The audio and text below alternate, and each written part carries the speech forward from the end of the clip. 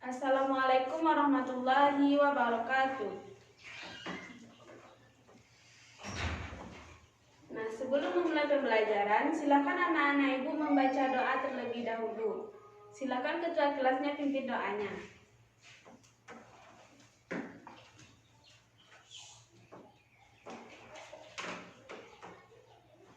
Nah, sebelum kita memulai pembelajaran, ibu akan mengambil absen terlebih dahulu.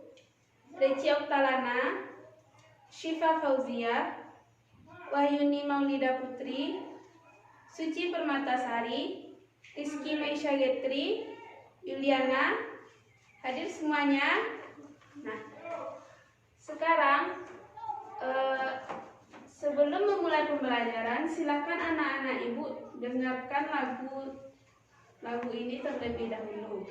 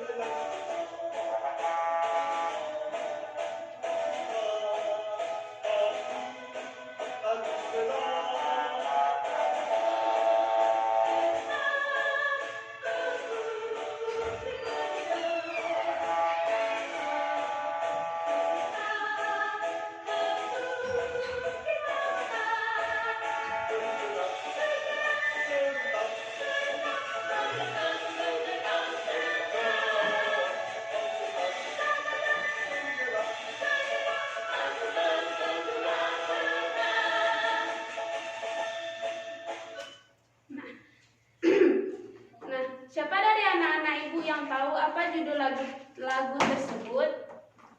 Nah, ya judul lagunya yaitu Perwira Perang. Nah, mengapa kita mendengarkan lagu ini? Karena kita akan mempelajari tentang keperwiraan Nabi Muhammad SAW. Nah, dari lagu ini kita dapat mengambil kesimpulan bahwa sikap perwira dan kesatriaan yang sejati itu sangatlah patut kita miliki dan kita contoh untuk mempertahankan kedaulatan negara. Nah, para pejuang dan pahlawan kita sebelumnya telah merebut dan mempertahankan negara ya Indonesia kita tercinta ini. Nah, dari sikap keperwiraan dan kepahlawanannya tersebut, para pejuang tersebut telah mencontoh keperwiraan Nabi Muhammad SAW dalam mempertahankan negara dari serangan musuh. Nah, kali ini kita akan mempelajari tentang keperwiraan Nabi Muhammad SAW.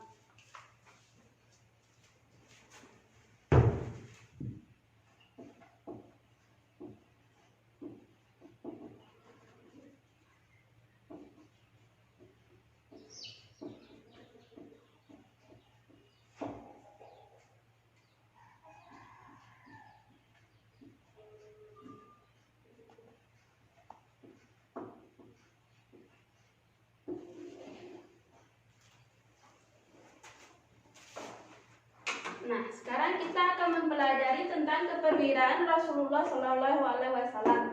Yang mana tujuannya kita mempelajari keperwiraan Rasulullah SAW ini, kita akan mengetahui bagaimana kepemimpinan Rasulullah SAW dalam keperwiraan Rasulullah SAW ini.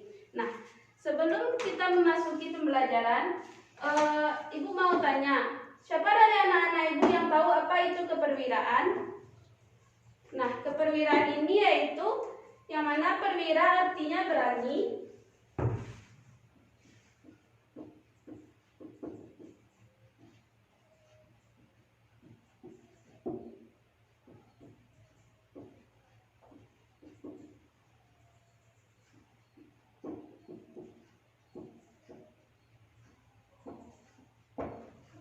Nah, perwira artinya berani dan keperwiraan artinya keberanian.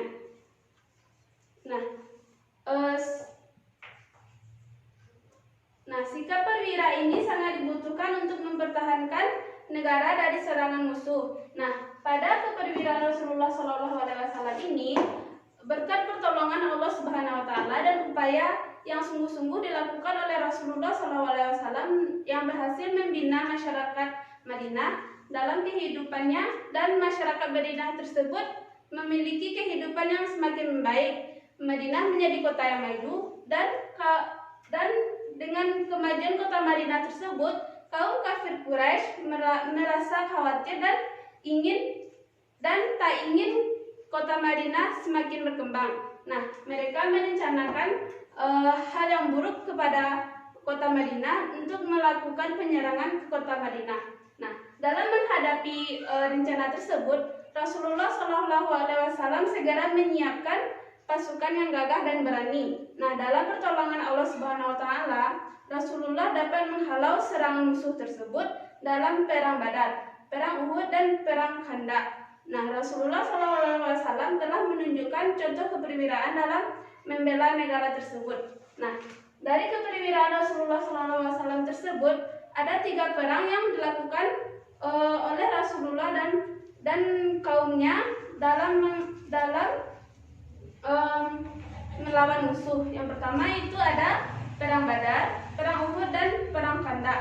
Nah, sekarang kita akan mempelajari perang Badar terlebih dahulu.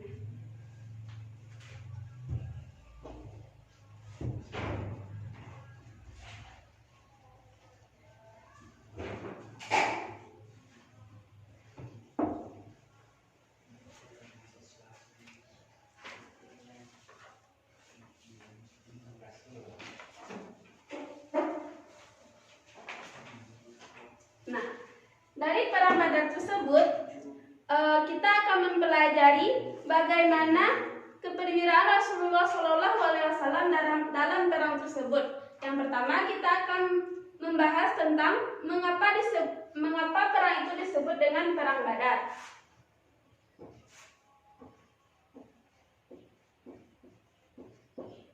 Nah, mengapa perang ini disebut dengan perang Badar? Karena perang Badar tersebut terjadi pada 17 Ramadan pada tahun 2 Hijriah. Nah, tahun 17 Ramadan pada tahun 2 Hijriah tersebut bertepatan pada tanggal 8 Januari 623 Masehi. Nah, perang ini terjadi pada Desa Badar, yang mana Desa Badar tersebut terletak antara kota Madinah dan kota Makkah. Terletak pada Desa Badar. Nah, itulah mengapa disebut dengan perang Badar. Nah, selanjutnya kita akan membahas tentang berapa kekuatan pasukan muslimin pada perang Badar tersebut.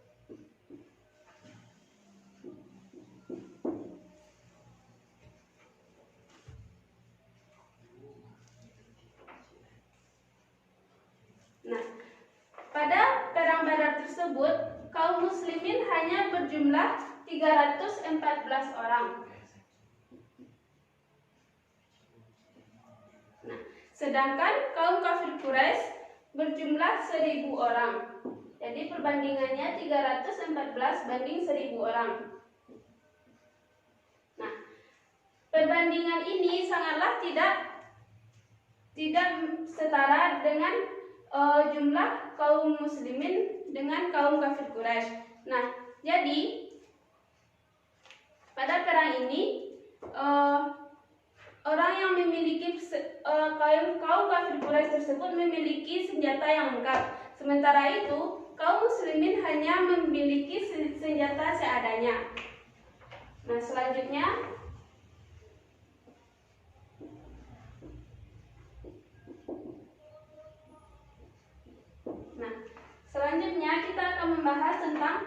bagaimana strategi Rasulullah SAW dalam perang Badar tersebut.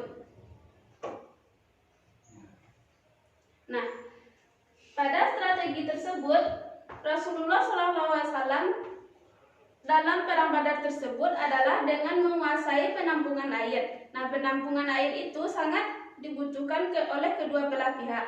Nah, seorang kaum kafir Quraisy bernama Aswad bin As'ad ingin menghancurkan kolam penampungan air tersebut. Nah, usaha Aswad dapat digagalkan oleh Hamzah bin Abdul Muthalib dan Aswad pun tewas. Bagaimana kaum muslimin memenangi perang Badar tersebut? Nah, kaum muslimin memenangi perang Badar tersebut bermula dari perang tanding berubah menjadi perang massal. Nah, dari perang tanding tersebut pihak Quraisy diwakili oleh 3 orang, yaitu Utbah, Saibah bin Rabi'ah dan Al-Walid Utbah. Sedangkan kaum muslimin diwakili oleh Ubaidah bin Haris, Ali bin Abi Thalib dan Hamzah bin Abdul Muthalib. Nah, ketiga orang Quraisy tersebut mati terbunuh dengan sebanyak 70 orang dan 70 orang lainnya ditawan oleh pasukan muslimin. Nah, selanjutnya kita akan membahas tentang bentuk pertolongan Allah.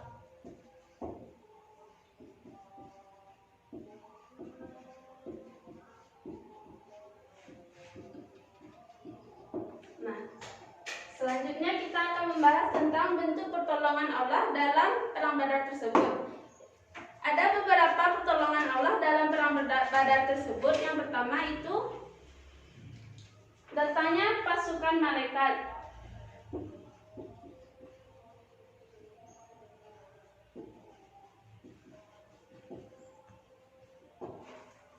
Nah, yang pertama itu datangnya pasukan malaikat. Nah,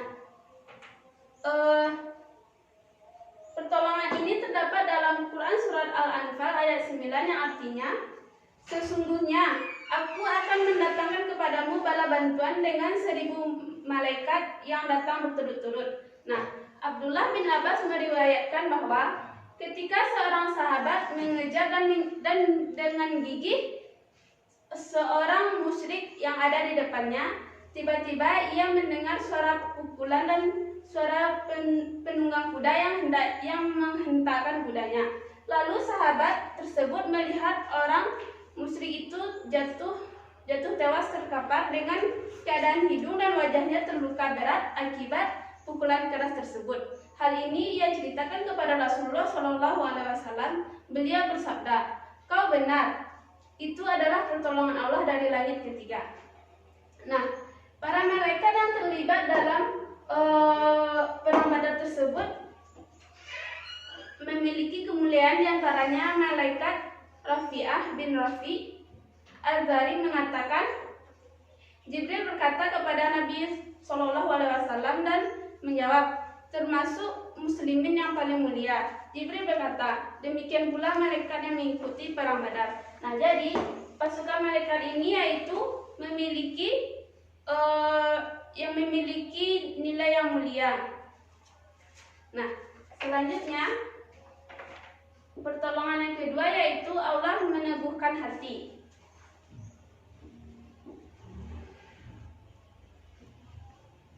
Meneguhkan hati. Nah, bentuk pertolongan Allah yang kedua yaitu meneguhkan hati. Nah, bentuk pertolongan ini terdapat dalam Quran surat Al-Anfal ayat 10 yang artinya, dan Allah tidak menjadikan bantuan bala tentara tersebut melainkan sebagai kabar gembira dan agar hatimu menjadi tentram karenanya. Dan kemenangan itu hanya dari sisi Allah Subhanahu wa taala. Sesungguhnya Allah Maha Kuasa dan Maha Perkasa. Nah, selanjutnya pertolongan yang ketiga yaitu rasa kantuk dan turunnya hujan.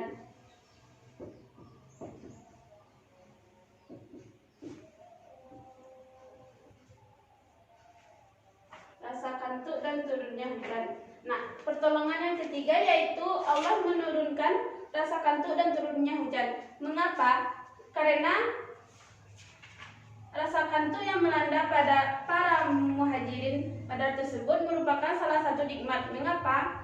Jika Allah memberikan rasa kantuk kepada kaum muslimin tersebut, maka kaum muslimin tersebut akan tertidur dan tertidur tersebut akan memulihkan tenaga kaum muslimin tersebut. Nah, hal ini terdapat dalam Quran surat Al-Anfal ayat 11 yang artinya, sesungguhnya Allah menjadikan kamu mengantuk sebagai suatu penentraman darinya, dan Allah menurunkan kepadamu hujan dari langit untuk membersihkanmu. Karena dengan air hujan itu Allah Subhanahu wa taala menghilangkan gangguan syaitan darimu dan menguatkan hatimu serta memperteguhkan kedudukanmu. Nah, itulah bentuk pertolongan Allah kepada Nabi Muhammad SAW dalam perang Badar. Nah, dari penjelasan ibu di atas, apakah ada dari anak-anak ibu yang ingin bertanya? Tidak ada. Nah, itulah pembelajaran kita di atas. Kita dapat menyimpulkan bahwa keperwiraan Rasulullah SAW ini yaitu yang pertama, keperwiraan artinya berani, sedangkan keperwiraan artinya keberanian. Nah, adapun bentuk pertolongan Allah dari perang Badar tersebut yaitu yang pertama pasukan malaikat, datanya pasukan malaikat, yang kedua meneguhkan hati, yang ketiga rasa kantuk dan turunnya hujan.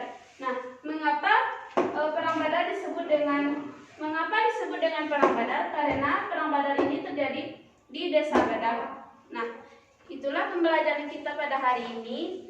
Minggu besok kita akan mempelajari tentang perang Uhud. Silahkan anak-anak ibu baca bukunya di rumah. Nah, itulah pembelajaran kita hari ini. Ibu tutup dengan Assalamualaikum warahmatullahi wabarakatuh.